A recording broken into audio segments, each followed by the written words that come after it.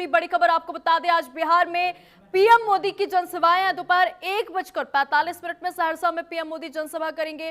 दोपहर 3:30 में कटिहार में पीएम की जनसभा है। तो प्रधानमंत्री मोदी बिहार के दौरे में और ऐसे में चुनाव प्रचार प्रसार तेजी से शुरू हो चुका है।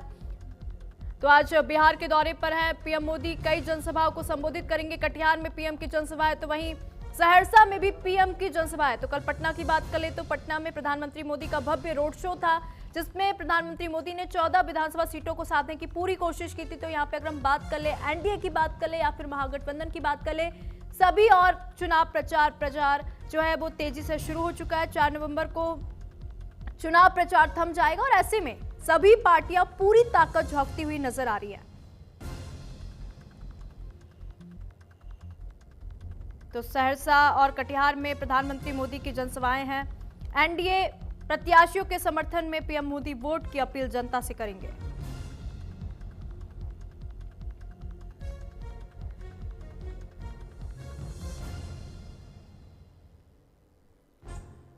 अधिक जानकारी ले लेंगे पटना से नील कमल जी हमारे साथ जुड़ चुके हैं।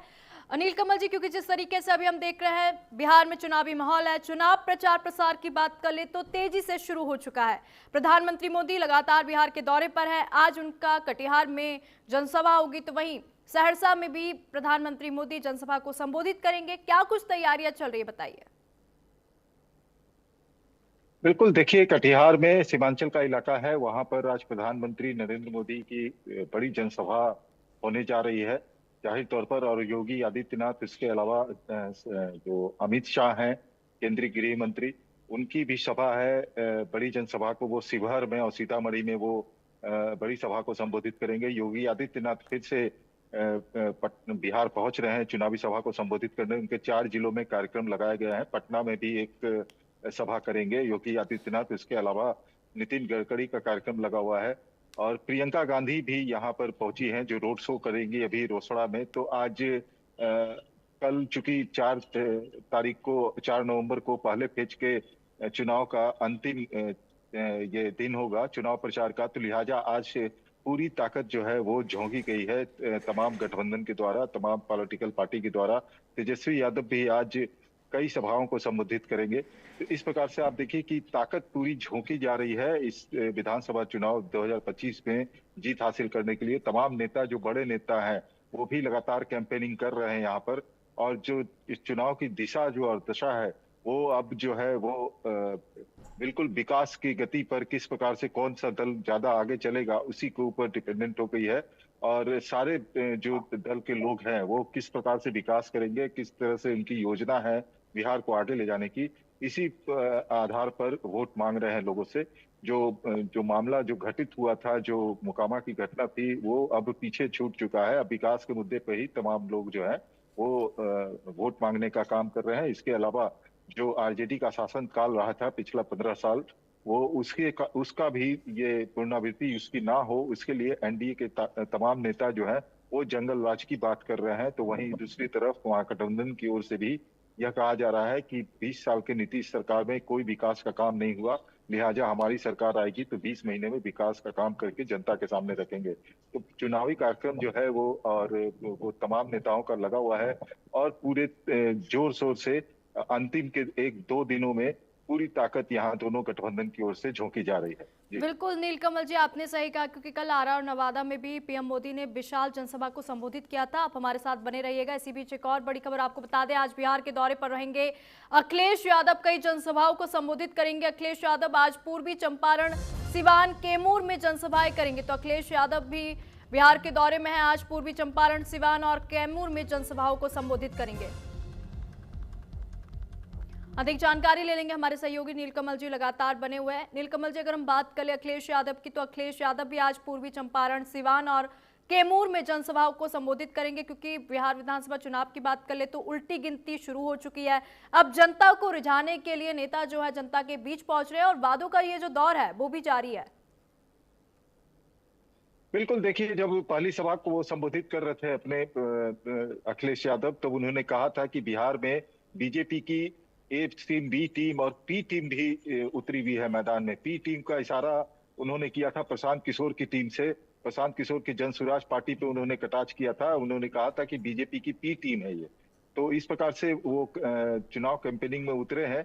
और चूंकि उनको अब 2027 का यूपी इलेक्शन भी दिख रहा है सामने, लिहाजा वो उसी क्षेत्र में जा रहे हैं जहां पर वो उनके संबोधन से यूपी के वोटर भी थोड़ी बहुत जो है वो उनकी तरफ आकर्षित हो सके। तो इसी में सिवान भी जा रहे हैं। सिवान में ओसामा के लिए वो वोट मांगेंगे, जो शहाबुद्दीन के बेटे हैं। तो आप देखिए वहां पर वो क्या कहते हैं अखिलेश यादव।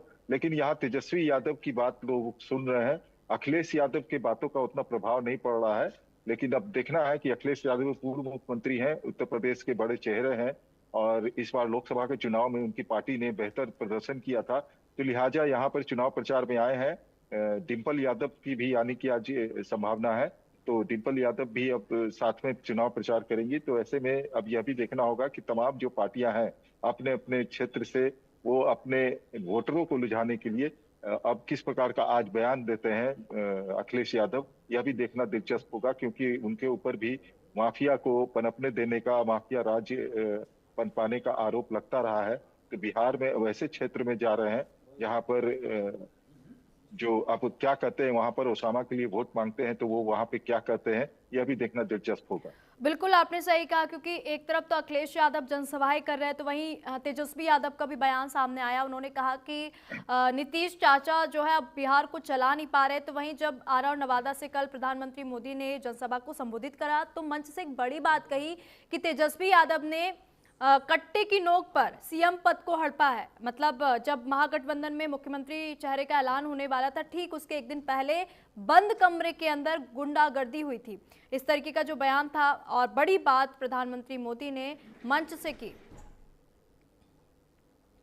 बिल्कुल, देखिए प्रधानमंत्री ने ये कहा कि उनका एक सिंबॉलिक उन्होंने बताया कि कनपट्टी पे बंदूक रख करके, कट्टा सटा करके कांग्रेस से उनको मुख्यमंत्री पद का उम्मीदवार बनाया गया है, मुख्यमंत्री का चेहरा घोषित करवाया गया है। ये तय बात है कि देखिए जब तक कांग्रेस उन्हें मुख्यमंत्री का चेहरा नहीं बता रही थी, तब तक वो चुनाव प्रचार के लिए तेजस्वी यादव निकल नहीं रहे थे। चुनाव प्रचार में काफी दिनों बाद निकले हैं, वो काफी लेट से निकले हैं जब उनको मुख्यमंत्री का चेहरा घोषित किया गया। तो उसके बाद ही वो तेजस्वी यादव चुनाव प्रचार में इतने जोर शोर से जुड़े हुए हैं। उसके पहले वो अपने राबड़ी आवास में ही रह रहे थे, वहीं से चुनावी कैंपेनिंग की पूरी जो है वो देख रेख कर रहे थे, कौन सा नेता कहाँ जाएगा वो जा रहे थे। लेकिन अब चुनाव कैंपेनिंग में तभी से वो निकलना शुरू किए हैं जब से उनका चेहरा जो है मुख्यमंत्री के तौर पर घोषित किया गया कांग्रेस की तरफ से। तो प्रधानमंत्री का कहने का मतलब यह था कि कांग्रेस जिनके ऊपर प्रेशर बनाया गया आरजेडी की तरफ से, और आरजेडी के नेता शुरू से यह कहते रहे थे कि बिहार में तेजस्वी यादव के नेतृत्व में ही महागठबंधन चुनाव लड़ रहा है। यानी वो पहले से ही कह रहे थे कि तेजस्वी यादव ही चेहरा होंगे यहाँ पर, राहुल गांधी और या कोई भी नेता जो है चेहरा नहीं होंगे यहाँ पर। लेकिन इसी बात पर राहुल गांधी से लगातार जब पूछा भी गया था, उनसे साफ स्पष्ट तौर से पूछा गया था कि क्या तेजस्वी यादव बिहार में मुख्यमंत्री के चेहरा होंगे, तो राहुल गांधी ने गोल गोल बात को घुमा दिया था। जबकि तेजस्वी यादव ने यह कहा था कि 2029 में प्रधानमंत्री राहुल गांधी बनेंगे। लेकिन उनको मुख्यमंत्री बोलने में हिचक हो रही थी राहुल गांधी को। पूरे कांग्रेस के नेता कोई उन्हें मुख्यमंत्री का चेहरा मानने को तैयार नहीं था। लेकिन जब बंद कमरे में बात हुई और उसके बाद जो किस प्रकार की बात हुई थी, ये तो इंटरनल मामला है महागठबंधन के अंदर का, लेकिन इतना तय है कि आरजेडी की तरफ से पूरा प्रेशर बनाया गया कांग्रेस के ऊपर।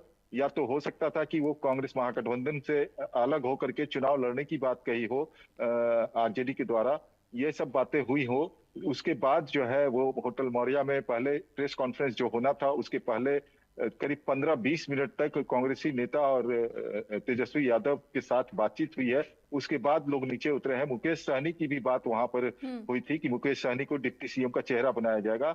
जब 15-20 मिनट जब अंदर में बात हुई है होटल मौर्या में पीसी के पहले, उसके बाद नीचे उतर के जो अशोक गहलोत है उन्होंने बताया कि तेजस्वी यादव मुख्यमंत्री का चेहरा है। तो जाहिर तौर पर होटल के कमरे में उनके ऊपर प्रेशर और बनाया गया था कि ऐसे में मुकेश सहनी ने भी प्रेशर बनाया था कि अगर डिप्टी सीएम घोषित नहीं किया जाए तो वो महागठबंधन से अलग हो सकते हैं।